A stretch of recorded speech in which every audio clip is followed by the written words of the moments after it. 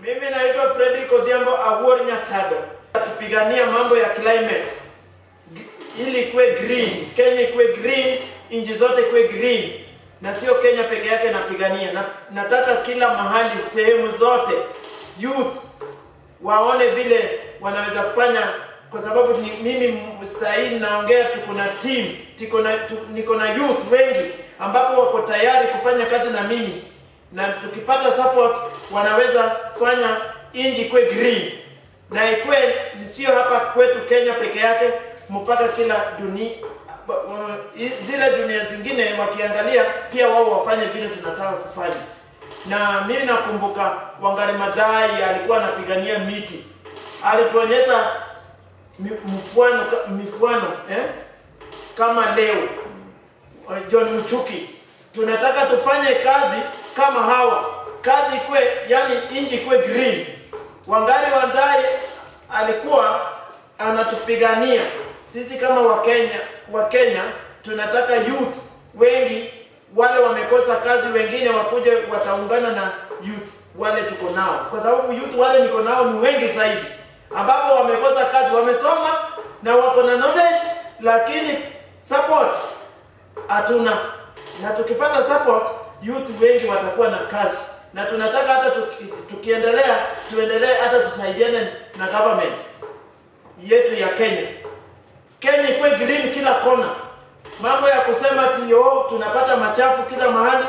Ukitembea msituni unapata mtu anaendesha gari karibu na lake na anawacha air pollution, inaua samaki.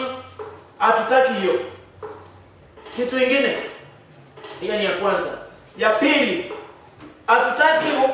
hatutaki wanyama kama simba, kama zile giraffe zinakufa ovyo ovyo kwa sababu ukame. Na hatutaki hiyo mambo ya hiyo ukame inakuja kwa sababu watu kukosa kupanda miti, watu wanakatakata miti ovyo ovyo. Hatutaki mambo kama hiyo. Tunataka, leo hii naongea na vijana jumla kutoka hapa, ninaongea na dunia yote.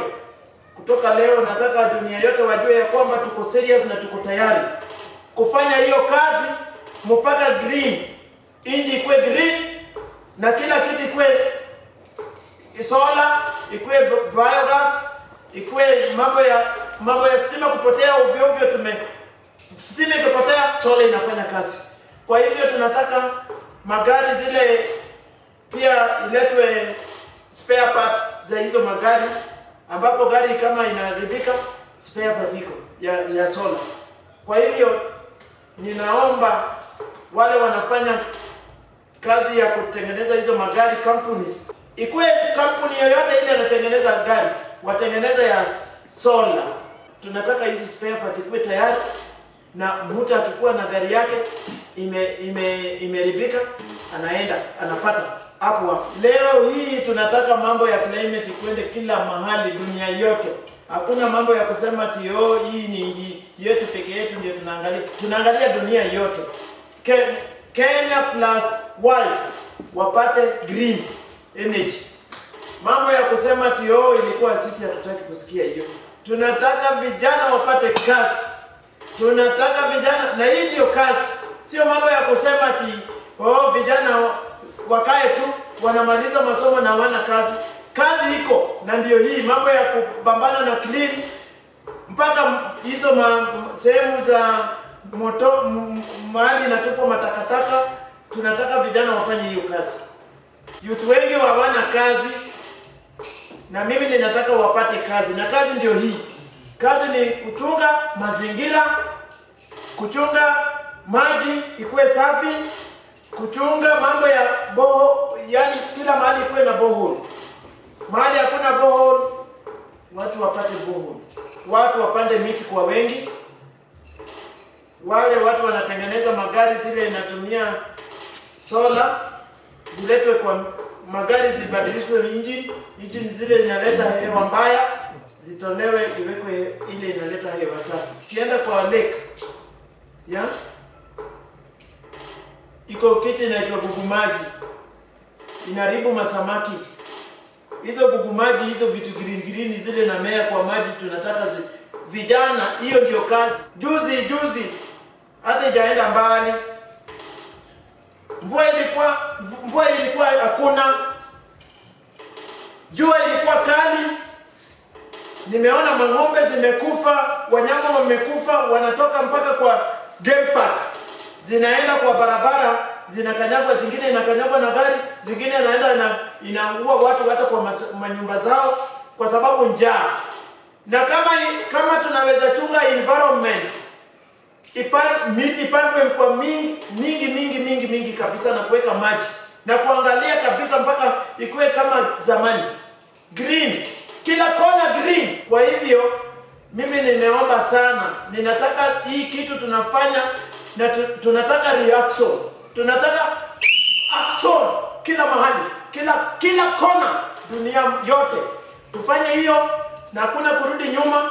Na mimi ninataka kufuata vile Wangari Maathai alikuwa anafanya na Mandela. Kwa hivyo hakuna kurudi nyuma, na nina imani ya kwamba vijana niko nao, tukipata support, vijana wako tayari kufanya kazi. Wengi wamekosa, ndio maana tumeamua tukue na wao, na tuko tayari. Mtu yeyote yule anataka kutusupport, wajitokeze watusupport. Green man, tuanze kufanya Kenya ikuwe green kila kona, kupanda miti na kumwaga maji mpaka mashule.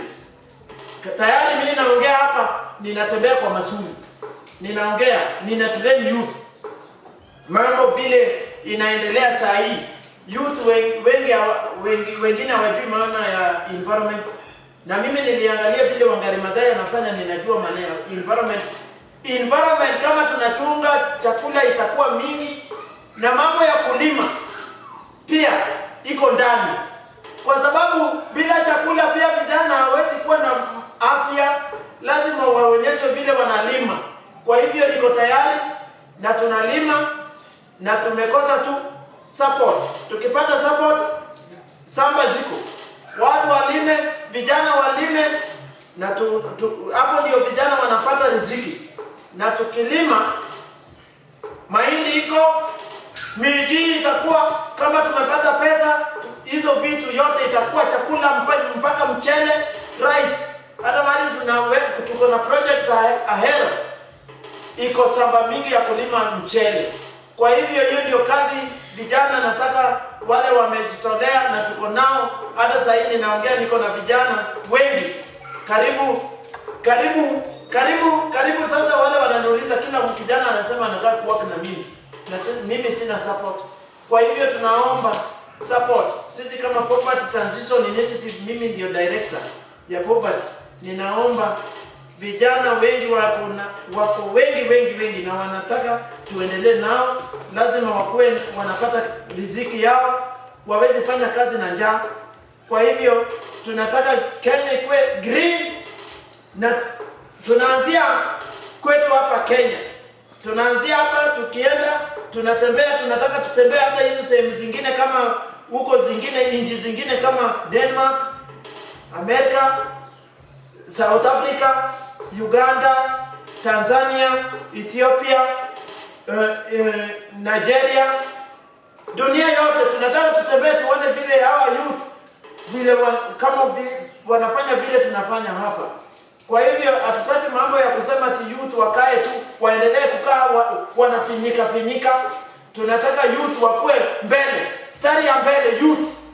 Mara mingi youth wanakosa kujua maana ya environment, kwa sababu conference kama inafanyika hata hapa Kenya, iko mahali zingine wanaambiwa wale wana organize hizo conference ati lazima ulipe pesa, na saa nyingine youth hawana kitu, hawana pesa hata ya kuingia hapo. Kwa hivyo mimi ninataka youth, kama ninaita conference, ninataka youth wanaingia free, na hapo ndio unapata wakisikiza hiyo maono, pia wao wanakuwa na maarifa. Sasa mimi ninataka hiyo mambo ifike kila kona community, wapate hizi masola, wapate maarifa, wajue kutumia sola, kwa sababu hata mimi maoni yangu ile imefanya nitoe hiyo. Hii hewa ni mbaya, inadhulumu watu. Hiyo ni kama upite mahali iko hewa mbaya kama air pollution, inaleta magonjwa mingi.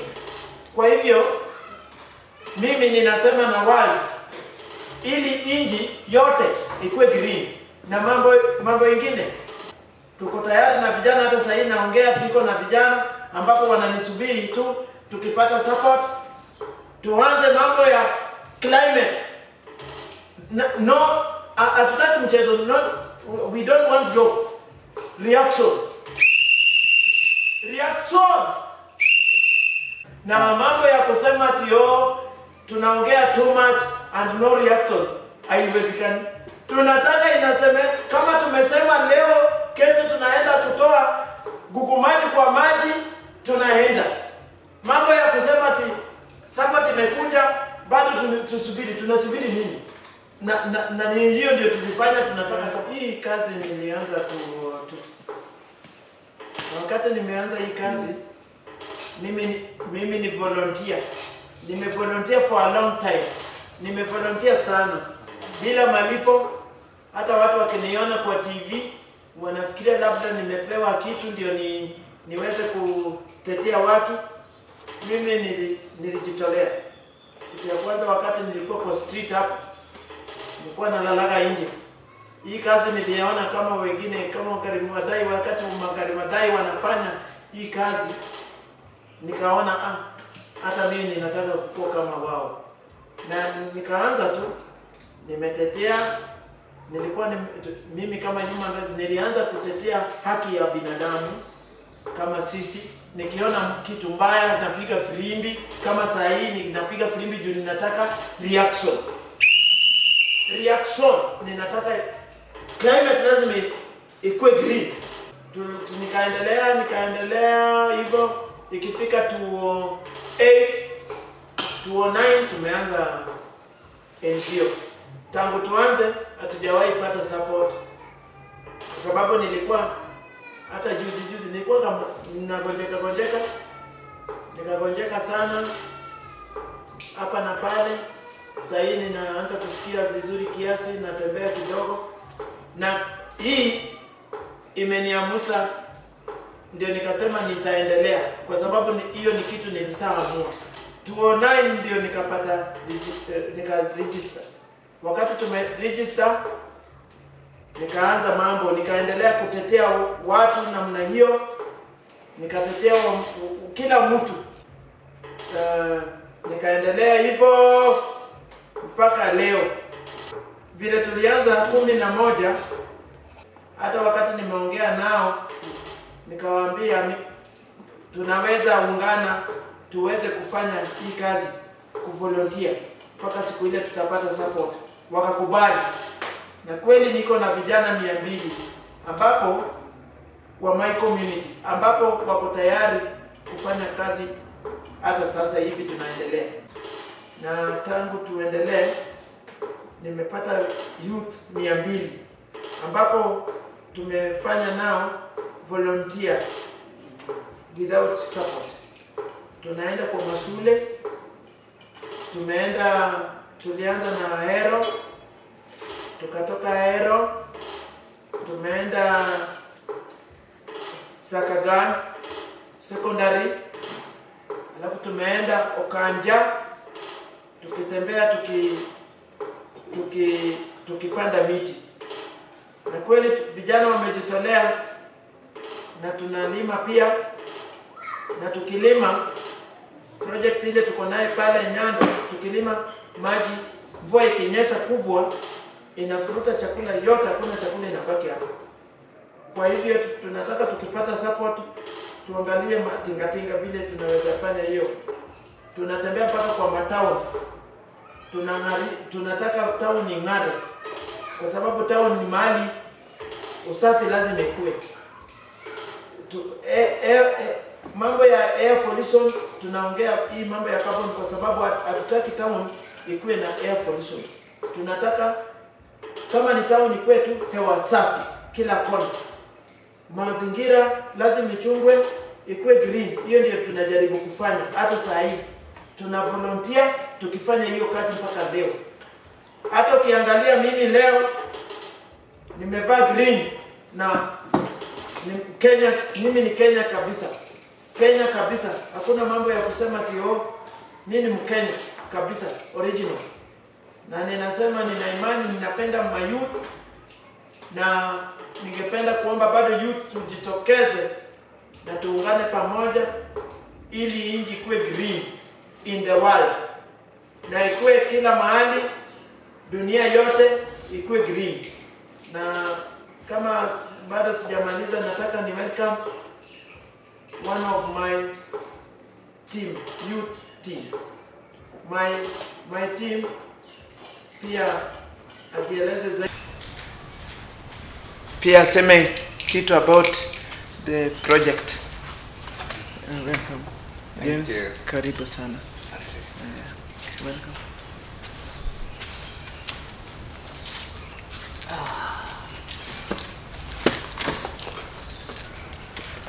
Greetings and hello to everyone.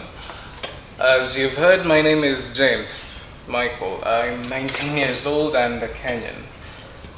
For today, I'm going to be the spokesperson for the Poverty Transition Initiative. First question, who are we? To put it simply, we're an organization, and the reason we exist is because we were founded to respond to the cry of young street children across Kenya. Our aim is to face the challenges they face, one of them being climate change. Why are we here then? I mean, amongst all other things, we want to combat poverty. I mean, it's in the name. It's in the name. Tunataka kupigana na kitu inaitwa poverty, but in a manner that is sustainable, inclusive, and conservative. It's one thing to try and make money, but if your methods aren't then it's not advisable. So, what exactly would you like to know about the PTI? Or rather, what would you need to know about the PTI? Let's start with the first thing, the man with the plan. We call him Mr. FREDRICK ODHIAMBO. He's the idealist. He's the man behind all of this. Nyando alikuja na hii idea. First things first, that guy's an activist. That's to say the least. If he sees wrong, he calls it wrong.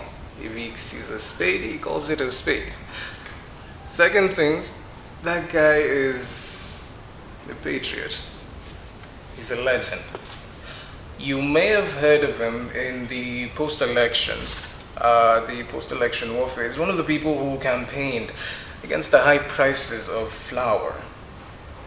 At least that's what I hear. Because I was way too young when that happened, so I only have to rely on stories from my parents. He also took part in the late Professor Ongari Mathai's campaign to plant trees. He's active in all that he does. What exactly is his plan? It's a 3-step plan: to conserve, to empower, and repeat. Let's talk about his goals. They're quite simple, and I'm going to tell them to you. He's here because he wants to create climate awareness. He wants to protect and preserve the ecosystem. He wants to improve the livelihood of the youth. And he wants to undo the negative effects of carbon emissions. All that, and advocating for gender inclusion, to name a few, by the way. How does he seek to achieve these goals? Answer, the site. So, located in Onjiko Kobongo, in Nyando sub-county, I presume it's in Kisumu, sitting on 2 acres and with an average temperature of 28 degrees Celsius, we have the site, an area of land dedicated to agriculture. The reason this place was selected is because we wanted it to benefit the community. Remember, we're trying to combat poverty in a way that is conservative and sustainable. So we chose agriculture because, I mean, it makes sense. It's the backbone of this country's economy. So it was selected because the neighboring community, they were impoverished. They didn't know what to do. Awana pesa. They needed a bit of hope. And through proper training and access to resources, the locals can practice land cultivation, as well as raising the economic state. At least that was the idea behind the founding of this site. Our plans for this site are this. It's quite simple, really. To recruit the youth as a first thing, because it needs manpower. Secondly, we want to engage in sessions of agricultural and entrepreneurial capacity building with said youth. I mean, hawezi kutoa mtu nyumbani kwake umpeleke kazini na hajatrainiwa hiyo kazi. So there are going to be people for that. And let me correct myself, it's already happening. Allocating plots of land, because that site is going to be subdivided. Each area going to be to different, for different purposes. Plus, thinking of a borehole, after which the land will be made ready for planting. There's going to be purchasing of seeds and planting in that nursery bed. Thereafter, that's when the cycle begins. After a while, we're going to receive our first harvest. That's when the produce is going to be sold. I'm going to clarify, there are going to be two types of seeds that we're planning to plant. There's the fast growing and then there are the fruit trees. When the cycle begins, tutanza na vegetables. You know, the stuff that grows quickly. And then pia tutapanda fruit trees. I don't know why I keep saying tutapanda, tumeshapanda. It's already growing, people are harvesting, it exists. This plan is supposed to go over a period of 3 years maybe. So, cycle ikiendelea as we harvest the quick growing foods, tunangoja fruit trees, zinaiva, zina ripen, and then we harvest after around 3 years. I know what you're thinking. It's definitely conservative, but is it sustainable? The answer is yes, it is. Why? Our intention is to introduce these locals that we're recruiting. We want to introduce them to more eco-friendly energy sources. An example is biogas. We know for a fact that people there wanatumianga charcoal, and that's not good because more charcoal equals less trees. So we want to introduce them to biogas. Secondly, we also want to introduce solar panels as an alternative energy source. That's what makes this site sustainable. There are challenges, however. Nothing's perfect. We all know that. One of the main challenges we're facing right now is flooding. And that destroys the crops. When maji ikifurika shamba mzima, nobody can go to work. Nothing goes on. It's all a standstill.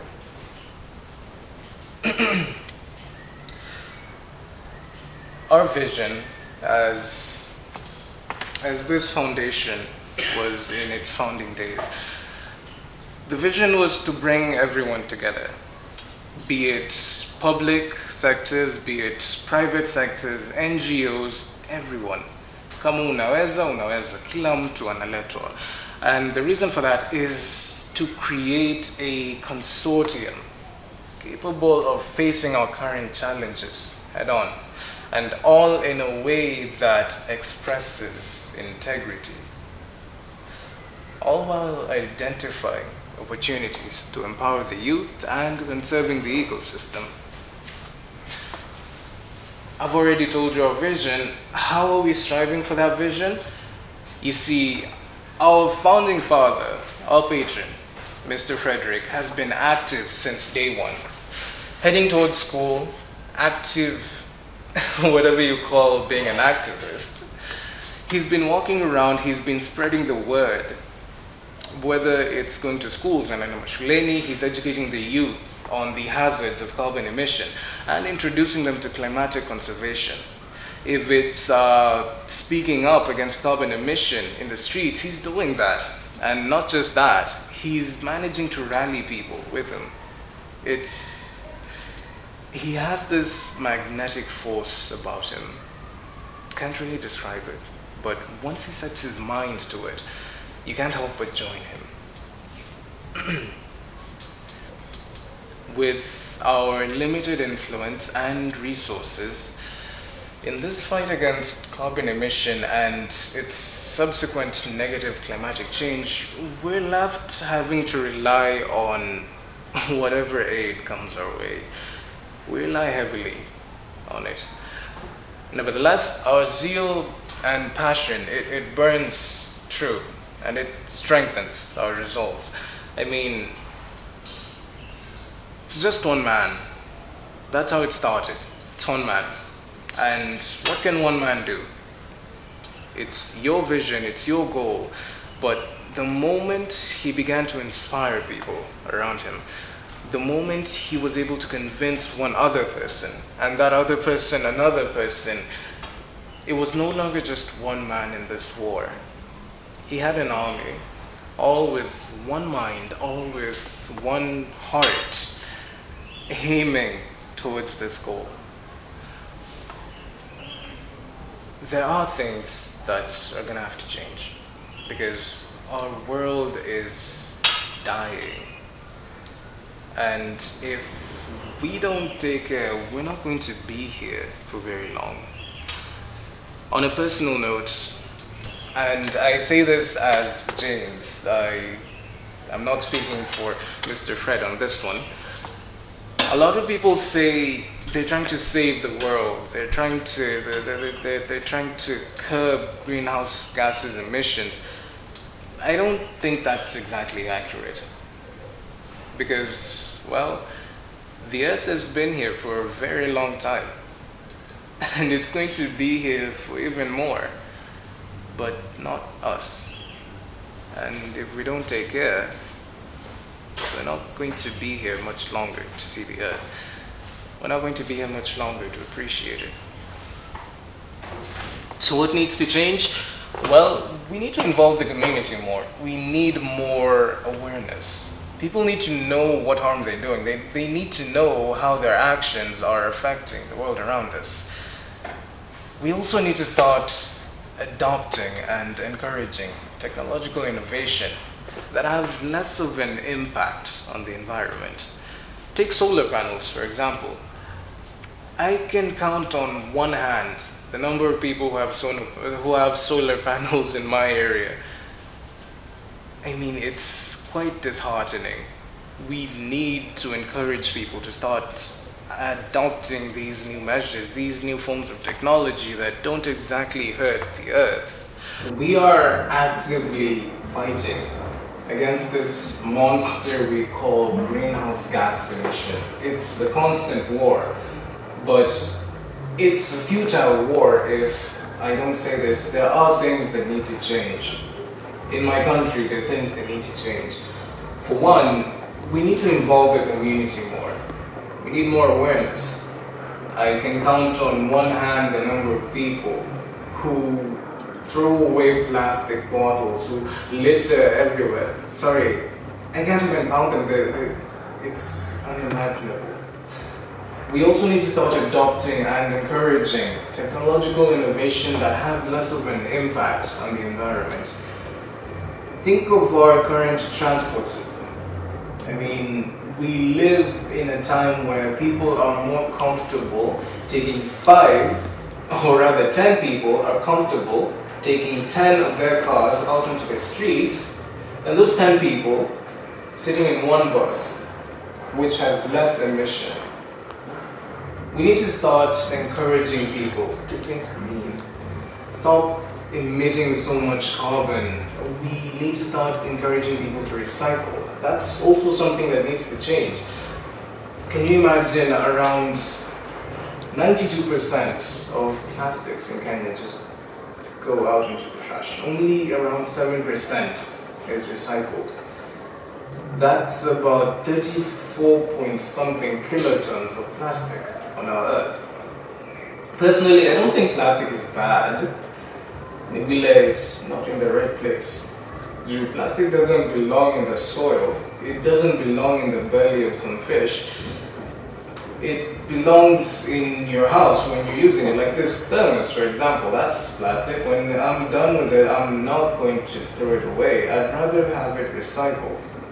That way, I don't have to keep buying more plastics. Instead of buying single-use water bottles every time, I'd rather just have my own bottle. And I think the government, this is just a suggestion, should enforce more effective regulations to favor such eco-friendly drives. Like I said, just recycling. It's a very big market, very big opportunity. With that being said, I'd like to invite you. Let's join hands together to realize this vision. Because there's only so much we can do as the few of us. We need you. We need all of you. And I've told you what we can do. Now let's talk about what you can do. For one, you can stop littering if you're littering. Second, you can stop with all these single-use plastics. It's not necessary.